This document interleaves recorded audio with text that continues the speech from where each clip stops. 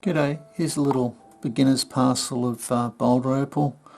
They're basically offcuts or rubs, and they haven't met the cutter's hopes, so he's put them in a reject bin, but that doesn't mean they still aren't going to make little stones for somebody. The black marks are permanent markers. He's drawn out what he thought he might cut. A couple of them have got quite nice colour. To be honest with you, some of them are just thrown in. Someone might as well have it. Start with these ones, practice on.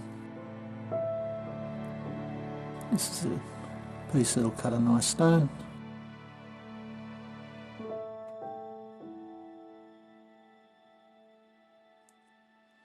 This is only thin, but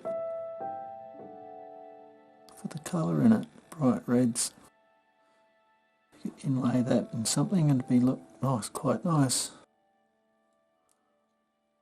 Again, just another rub.